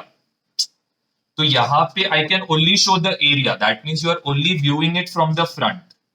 But if you view from this point, you will see that it is a 3D object. So a 3D object will have some distance over here, which I can't show actually, but it will have some distance over here. So that means these electrons won't collide with each other. ये लोग एक दूसरे के बाजू से जाएंगे। Why? Because there is some space in between. If there was no space, these electrons would have collided. But there is space in between, so these electrons will go opposite. थोड़ा बहुत समझा? चल, अभी नेक्स्ट आता है PZ. आप इसका detail में, अब यूट्यूब में बहुत वीडियोस है, तो आपको और क्लियरली समझेगा। अभी मैं इधर सिर्फ ये डायग्राम्स आपको बता सकता हूँ और थोड़ा लॉजिकल एक्सप्लेनेशन बता सकता हूँ क्या होगा। पी जेड में क्या होएगा, ये सपोज एक्स वाई, और सॉरी मेरा गलती हुआ, हाँ एक्स, यहाँ पे वाई और यहाँ पे जेड। पी जेड कहाँ पे रहेगा,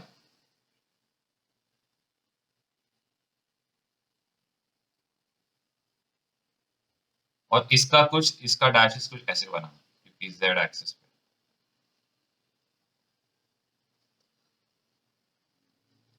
कि यहाँ पे डिस्टेंस कौन से डायरेक्शन में ज्यादा रहेगा, वाई डायरेक्शन में रहेगा। मतलब ये जो बीच में का जो गैप। बट मेन लॉजिक क्या है, एक इलेक्ट्रॉन यहाँ पे रहेगा, एक इलेक्ट्रॉन।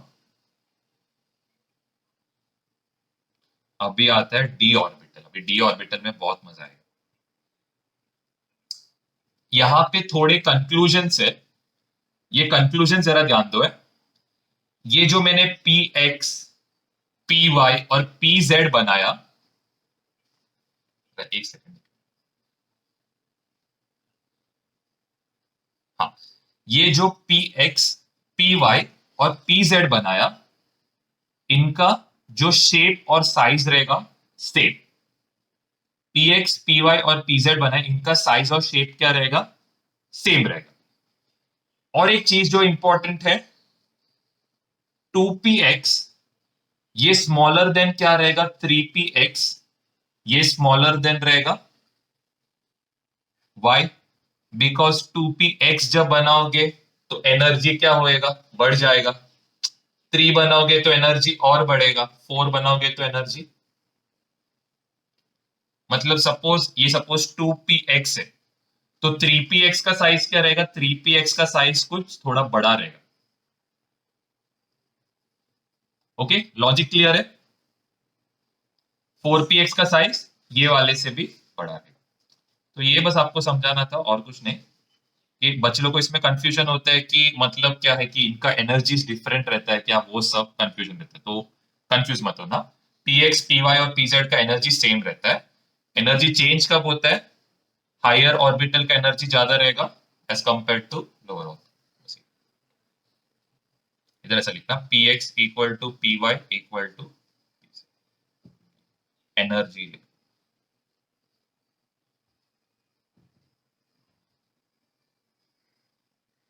अभी नेक्स्ट आता है डी ऑर्बिटल। डी ऑर्बिटल में बहुत मजा आता है।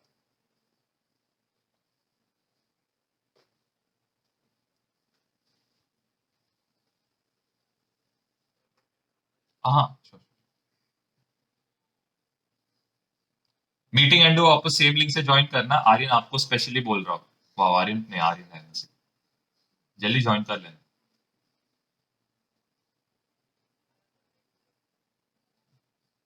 अच्छा,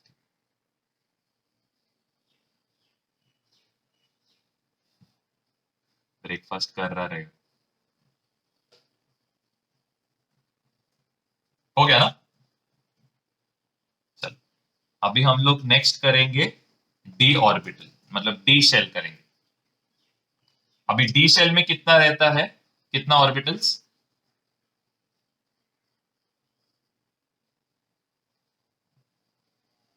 डी शेल, डी शेल को आप बनाओगे कैसे? अभी पहले इसका सब लिख लेता हूं। पहले आता है डी एक्स वाई। अब ये डी एक्स वाई का मतलब क्या है? डी एक्स वाई को आप बनाओगे कैसे पहले? बहुत सिंपल, आपको अगर कंसेप्ट समझ गया रहेगा तो ये ज्यादा डिफिकल्ट नहीं। अरे यार, मेरे को जेड ऑर्बिटल के लिए जगह ही नहीं। अभी यहाँ पे आएगा एक्स वाई जेड। क्या बोला है यहाँ पे? डी एक्स वाई बोला है। ठीक है, मैं सिंपल करने के लिए मैं ये इसको वाई लेता हूं और इसको सिंपल करने के लिए। आप रियल लाइफ में भी वैसे कर सकते हो, घुमा सकते हो, ये एक्सिस को घुमाओगे तो ये ओरिएंटेशन पॉसिबल है। लेकिन इधर समझाने के लिए मैं समझा रहा हूं, देखो, d x y, d x y का मतलब क्या रहेगा? इसका एक जो पार्ट रहेगा ये कहां पे रहेगा?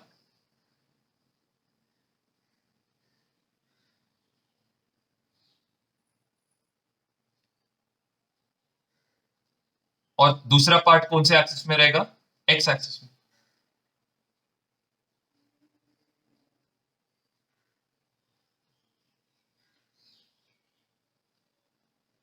Clear logic? एक पार्ट किधर रहेगा? वाई एक्सिस में। दूसरा पार्ट किधर रहेगा? एक्स में। तो यहाँ पे देखो, यहाँ पे ध्यान दो, सब लोग यहाँ पे ध्यान दो। हेलो, अरे बनाने चालू मत कर, रुको। हाँ, यहाँ पे सपोज एक इलेक्ट्रॉन यहाँ पे रहेगा, दूसरा इलेक्ट्रॉन कहाँ पे रहेगा? ये ऐसे घूमेगा और ये ऐसे घूमेगा। और एक चीज इसमें क्या है, इलेक्ट्रॉन ढूंढने का प्रोबेबिलिटी 100% किधर है? मैं बता रहा हूं, यहाँ पे ध्यान दो।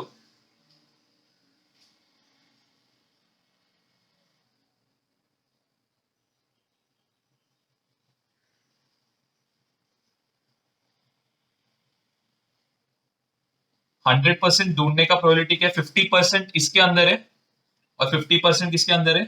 इसके अंदर। ओके, क्लियर यहां तक?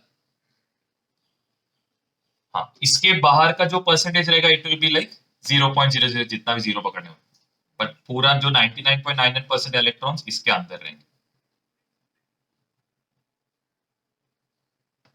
अभी वैसे आप ये बनाओ, डी वाई जेड। आप क्या करो, थ्री, देखो इधर ध्यान दो कैसे बनाते हैं। आप थ्री डिमेंशनल एक्सिस बनाना।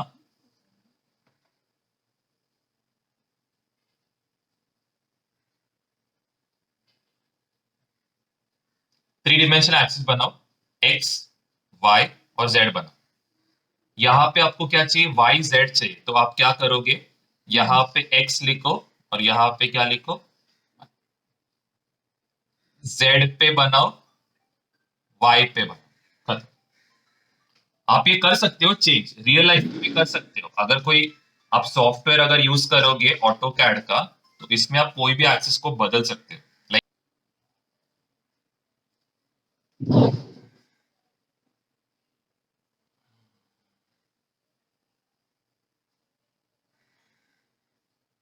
तो यहाँ पे क्या रहेगा, एक रहेगा जेड एक्सिस पे और एक रहेगा अपना एक्स एक्सिस।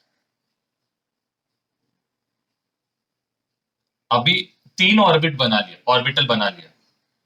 अभी जो नेक्स्ट दो ऑर्बिटल है ये थोड़ा ट्रिकी है, लेकिन समझने को इजी है। एक है x square minus y square. अभी इसको कैसे बनाओगे, सिंपल है। इसमें एक जो पार्ट आएगा ये किधर आएगा, एक्स में आएगा। दूसरा जो पार्ट है किधर आएगा, वाई में। तो कैसे आएगा,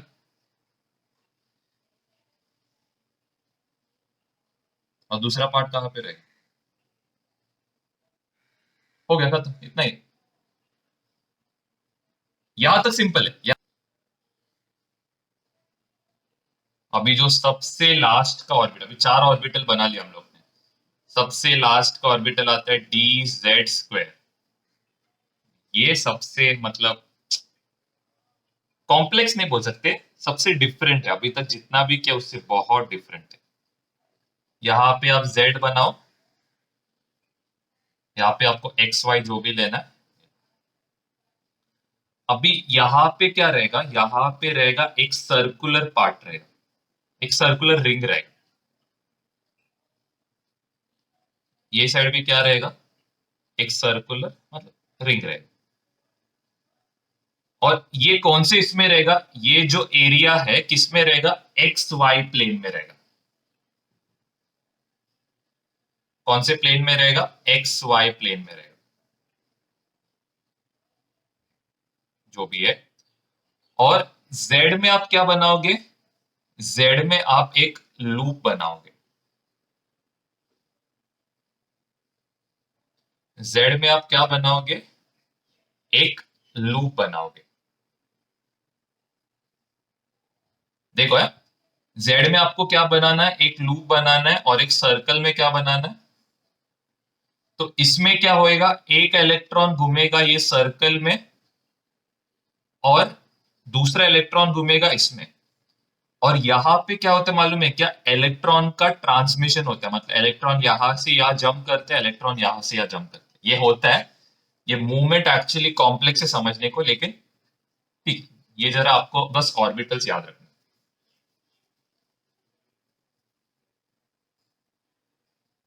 हम्म। अंदर है, अंदर है, अंदर है, अंदर है। रिंग के अंदर है, और ये जो सर्कुलर पार्ट है किधर है, बाहर की तरफ है।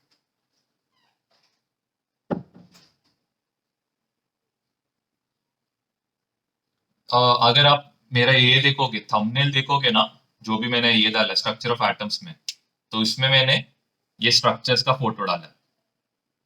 अभी F orbital banana is completely pointless, क्योंकि एफ ऑर्बिटल आपको एग्जाम में यूजुअली नहीं पूछते, तो हम लोग नहीं जाएंगे इसमें। हम लोग को सिर्फ डी का शेप्स तक ही अच्छे से याद करना है, उससे ज्यादा नहीं। क्योंकि अभी हम लोग जब कोऑर्डिनेशन है क्या, केमिकल बॉन्डिंग करेंगे, तो आपको ये पी ऑर्बिटल के बारे में अच्छा खासा नॉलेज चाहिए।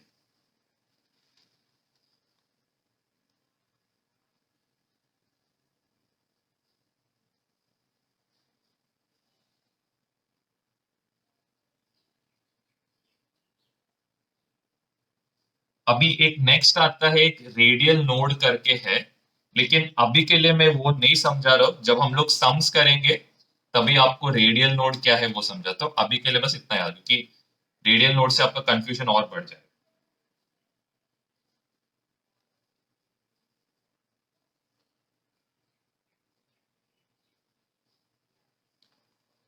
नेक्स्ट जो टॉपिक है ये हम लोग का ये चैप्टर का एंडिंग का कंक्लूजन वाला टॉपिक्स है। ये है एनर्जी लेवल्स। तो ये एनर्जी लेवल्स क्या है ये जरा समझ।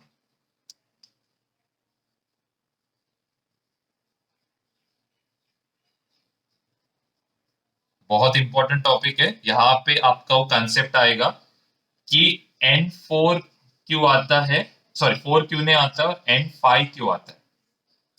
ये आपका कंसेप्ट यहाँ पे क्लियर है। तो फर्स्ट चीज, हाँ बोलो। हम्म हम्म। अरे सर्कल नहीं, वहां पे एरिया ना, अगर नोट डाउन करोगे इसका मतलब क्या है, इलेक्ट्रॉन मिलने का प्रोबेबिलिटी इसके अंदर है ना, मतलब ये एरिया के अंदर है। बाउंड्री सरफेस क्या है, ये है ना, ये जो पार्ट है ये बाउंड्री सरफेस है ना। हेलो। तो इलेक्ट्रॉन मिलने का चांसेस किधर है, इसके अंदर। यहाँ पे तो 0% है, बाहर पे भी क्या है ऑलमोस्ट 0% है, लेकिन 99.99% कहाँ रहने का चांसेस है, इसके अंदर रहने का चांसेस। चल, अभी जो नेक्स्ट आता है ये है एनर्जी लेवल्स। तो एनर्जी लेवल्स क्या है, जैसे कि देखो 1s रहेगा, हम लोग बोलते हैं 2s का एनर्जी 1s से ज्यादा है, हम लोग बोलते हैं 3s का एनर्जी 2s से ज्यादा है 1, ये हम लोग ने अभी सीखा। तो एक्चुअल में क्या रहता है ये जरा समझो। अभी हम लोग कोई भी एनर्जी लेवल बताने के लिए दो रूल्स है। ओके, एनर्जी लेवल्स बताने के लिए टू रूल्स है। फर्स्ट क्या है, इफ, ये सबसे इंपॉर्टेंट रूल है, if n is greater than it will have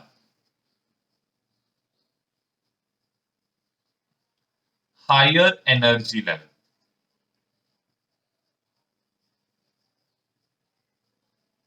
इसका एक सिंपल एग्जांपल नीचे लिखो। 1s का energy is lesser than 2s is lesser than 3s, और ये 3, 2 और ये 1 को अंडरलाइन करो।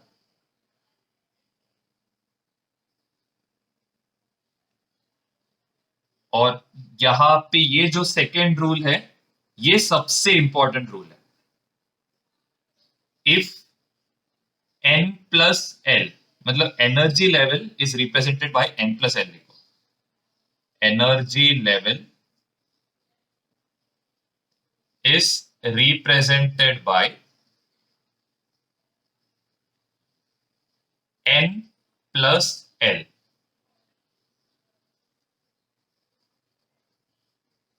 Greater value of n plus L, higher energy level.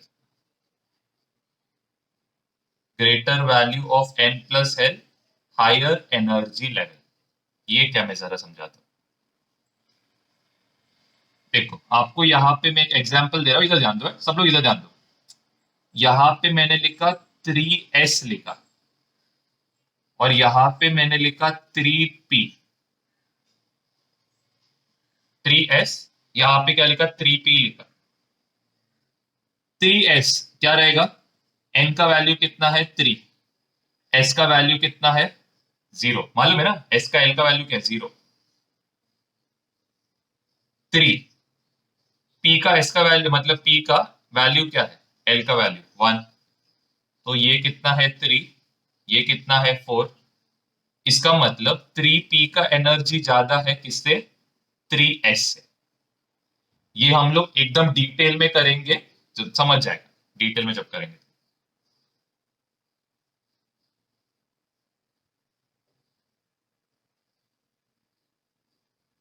ये लॉजिक समझा सबको, मालूम है ना एल का वैल्यूज क्या क्या रहता है, एस के लिए 0, पी के लिए 1, डी के लिए 2, एफ के लिए। चलो अभी हम लोग पहले ऑफ बॉ प्रिंसिपल करेंगे, मतलब इंपॉर्टेंट टॉपिक है ऑफ बॉ प्रिंसिपल, पहले वो करेंगे। फिर हम लोग जो टॉपिक बचा था वो करें, क्योंकि ऑफ बॉ प्रिंसिपल ज्यादा इंपॉर्टेंट है।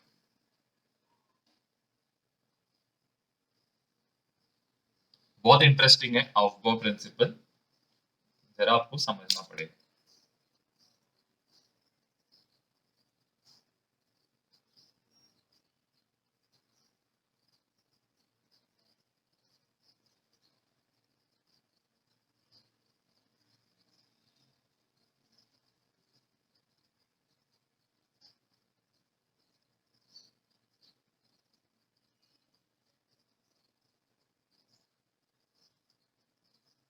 तो चल, अभी हम लोग करेंगे ऑफ बॉ प्रिंसिपल। बहुत इंटरेस्टिंग कंसेप्ट है।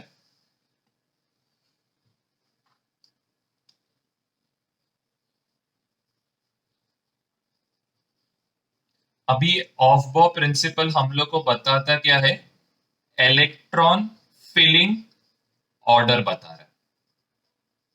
मतलब एक इलेक्ट्रॉन कैसे भरते हैं हम लोग एक एक ऑर्बिटल में, हम लोग को उसका आइडिया मिलता है। एक ऑफ बॉ, AUFBAU, ये एक जर्मन साइंटिस्ट का नाम है। इनका नाम ऐसे, हाइजेनबर्ग भी जर्मन था, स्क्रॉडिंगर भी मेरे हिसाब से जर्मन ही था मेरे हिसाब से। चलो, अभी मैं यहाँ पे सारे ऑर्बिटल्स के नाम लिखता हूँ। फर्स्ट शेल में कितना ऑर्बिटल्स रहता है, 1s रहता है, सबको ये मालूम है क्योंकि दो इलेक्ट्रॉन रहता है। सेकेंड ऑर्बिटल में कितना रहता है, 2s रहता है,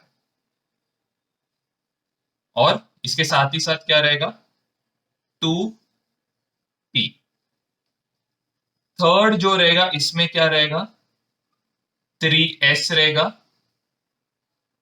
3p रहेगा, 3d रहेगा। फोर्थ जो इसमें रहेगा, इसमें रहेगा 4s, 4p, 4d, यहां पे क्या रहेगा, 4f। फिफ्थ जो इसमें रहेगा, 5s, 5p, 5d, और यहां पे क्या रहेगा, 5f। मालूम है ना, मैक्सिमम हम लोग f तक लिख सकते हैं, इससे ज्यादा नहीं। यहां पे आएगा 6s, 6p, 6d। Same way आएगा 7s, 7p, 7d, यहां पे आएगा 6।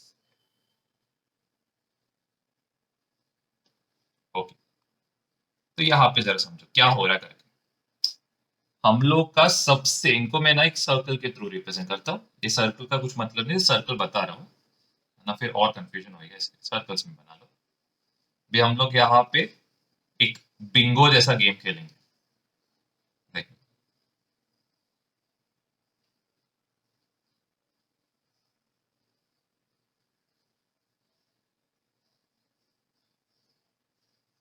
भी यहाँ पे पूरा बिंगो जैसा लगेगा आपको। देखो यहाँ पे ध्यान दो, फर्स्ट सबसे पहले कौन फिल होएगा, सबसे पहले फिल होएगा 1s।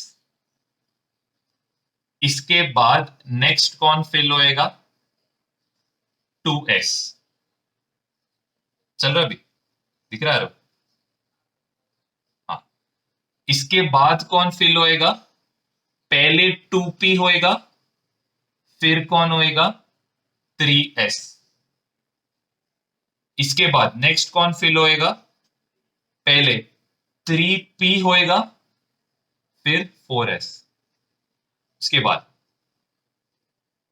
पहले कौन फिल होएगा, 3d, 4p, 5s।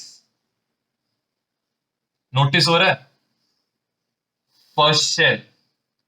फिर देखो अभी यहां पे आपको डिफरेंस समझ में आएगा कि ये 4f कौन से ऑर्बिटल में आते हैं, ये आपको समझ में आएगा। देखो फिर कौन फिल होएगा, 4d, 5p, 6s। यहां पे देखो, यहां पे एक और चीज ध्यान दो है, ध्यान दो है यहाँ पे, हेलो, यहाँ पे ध्यान दो। ये हो गया हम लोग का फर्स्ट पीरियड, ये क्या हो गया, हम लोग का फर्स्ट पीरियड हो गया। ये हम लोग का हो गया सेकेंड पीरियड।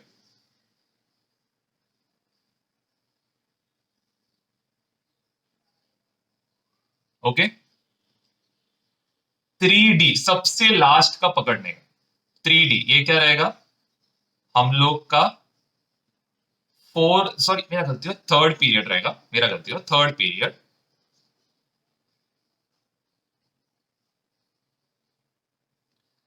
यहां पे हम लोग का ये वाला रहेगा फोर्थ पीरियड।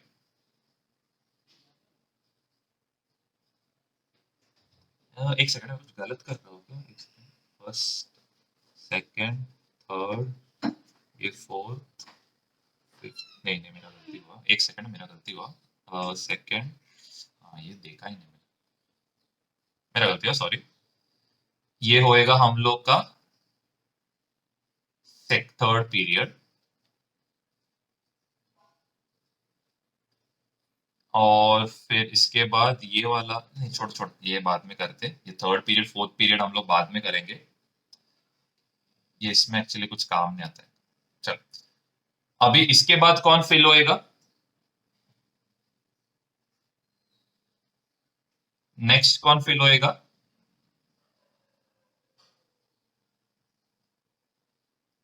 तो ये रहेगा ऑर्डर, सबसे पहले कौन फिल होएगा? 1s फिल होएगा, फिर होएगा 2s, 2p, उसके बाद 3s, 3p उसके बाद 4s, 3d उसके बाद 4p उसके बाद 5s, 4d उसके बाद 5p उसके बाद 6s, 4f उसके बाद 5d उसके बाद 6p उसके बाद 7s, 5f उसके बाद 6d उसके बाद 7p, 6f उसके बाद, तो ये रहता है ऑर्डर ऑफ फिलिंग रहता है। ये समझा? तो अभी आप चाहे तो ट्राई भी कर सकते हो। आप क्या करो,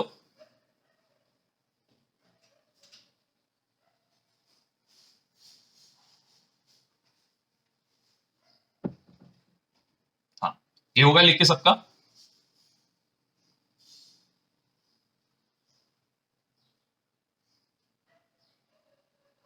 सिर्फ स्क्रीनशॉट ले लो, स्क्रीनशॉट ले लो, स्क्रीनशॉट। तो फिर मेरे को थोड़ा,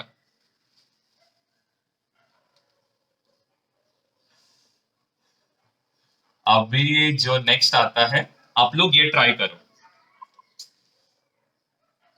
मैं इधर ऑर्बिटल लिखता हूं, आपको उसका एनर्जी लेना है। एनर्जी क्या रहता है? n+l रहता है, और यहां पे उसका एक्चुअल ऑर्डर लेना है।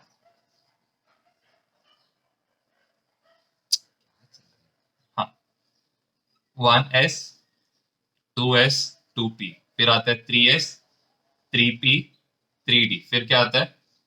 4s, 4p, 4d, 4f, फिर आता है 5s, 5p, 5d, 5। इधर तक बस ट्राई करो, अगर जो दिखता नहीं वो लिखो मत। चल 5p तक ट्राई।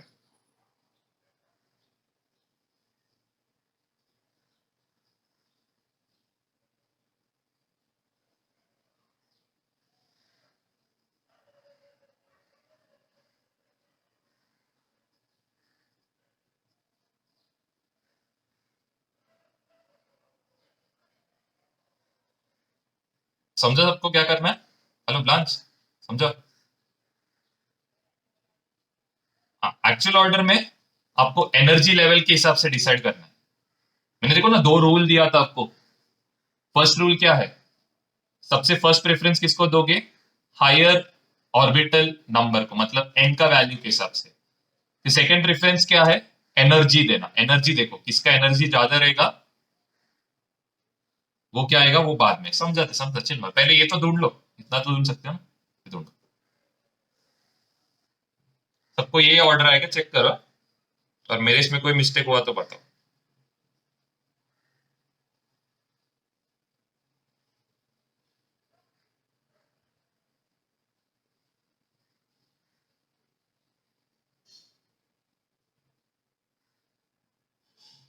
कोई डाउट है इसमें?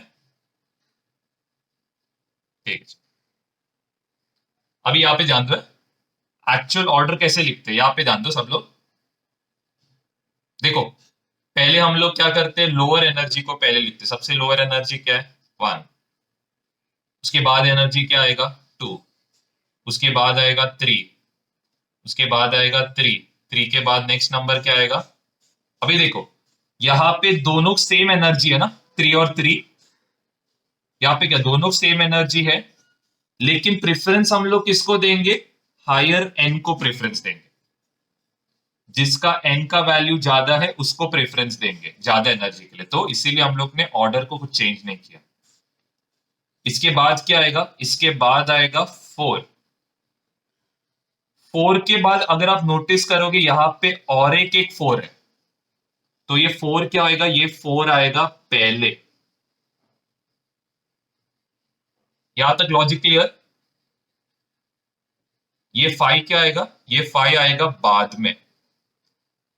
इससे क्या समझ रहा है, इससे आपको ये समझ रहा है कि 4s जो है ये पहले भरेगा, 3d जो है ये बाद में भरेगा। चलो, इसके बाद नेक्स्ट क्या आएगा, इसके बाद नेक्स्ट 5 के बाद तो 5 आएगा। अभी अगर आप नोटिस करोगे यहां पे और एक 5 है। हाँ, यहां पे एक 5 है, यहां पे एक 5 है, लेकिन इसका नंबर क्या है, इसका नंबर इज 4 एंड इसका नंबर इज व्हाट। तो किसको पहले प्रेफरेंस मिलेगा, तो ये एज इट इज आएगा। किधर गया, हाँ ये एज इट इज आएगा, लेकिन इसके बाद कौन आएगा,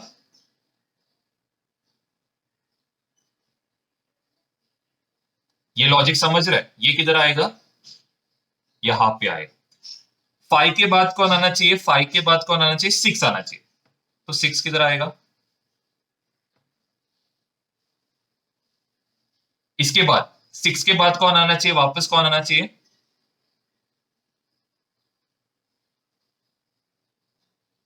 ये क्लियर सबको। देखो यहां पे भी 6 है, यहां पे भी 6 है, लेकिन इसका क्या है वैल्यू 4, इसका वैल्यू क्या है 5। तो पहले कौन आएगा, 4 आएगा, उसके बाद कौन आएगा। Clear logic.